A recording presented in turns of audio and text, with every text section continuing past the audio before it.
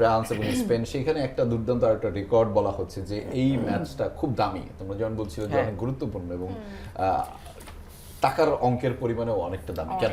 কারণ হচ্ছে এই ম্যাচে দুই টিমের যে স্কোয়াড ভ্যালু প্রায় $300 কোটি। 300 কোটি ডলার, ডলার, যেটা বাংলাদেশি টাকা আপনার প্রায় 37,000 কোটি টাকা। মানে এই শুধু একটা একটা ম্যাচের প্লেয়ারদের ভ্যালু। হ্যাঁ, ইভেন এখানে কিছুটা রিয়াল মাদ্রিদ ভার্সেস বার্সেলোনার যে ভাইবটা, এটাও কিন্তু আছে।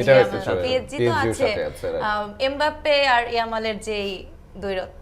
হ্যাঁ, এমবাপ্পে তো মেবি হচ্ছে 21 কোটি ডলার হচ্ছে তার মূল্য ধরা হচ্ছে, এবং লামিন ইয়ামাল মেবি হচ্ছে তার থেকে একটু বেশি, 23.4 কোটি। আর মাইকেল অলিসে ও পেড্রি দুজনের বাজার মূল্য প্রায় 17.5 কোটি ডলার। ফলে 2 থেকে 4 জনের মধ্যে আরো তুলে দিচ্ছে মাদ্রিদ। হ্যাঁ, সো 2 থেকে 4 জনের মধ্যেই কিন্তু 100 কোটি ডলার ছাড়িয়ে যাচ্ছে। মানে এই জন্য আরো অন্যান্য সবারটা মিলানো হলে 300 কোটি ডলারেরও বেশি হচ্ছে এইবারের ম্যাচটা, অর্থাৎ যারা প্লেয়াররা রয়েছে তাদের ভ্যালু, আর্থিক ভ্যালু অ্যাড করা হচ্ছে। সো যেটা হচ্ছে ওয়ার্ল্ড কাপ হিস্টোরিতে এর আগে কোনো সেমিফাইনালে এত ভ্যালুয়েবল কোনো টিমের হচ্ছে হয় নাই, মুখোমুখি হয় নাই।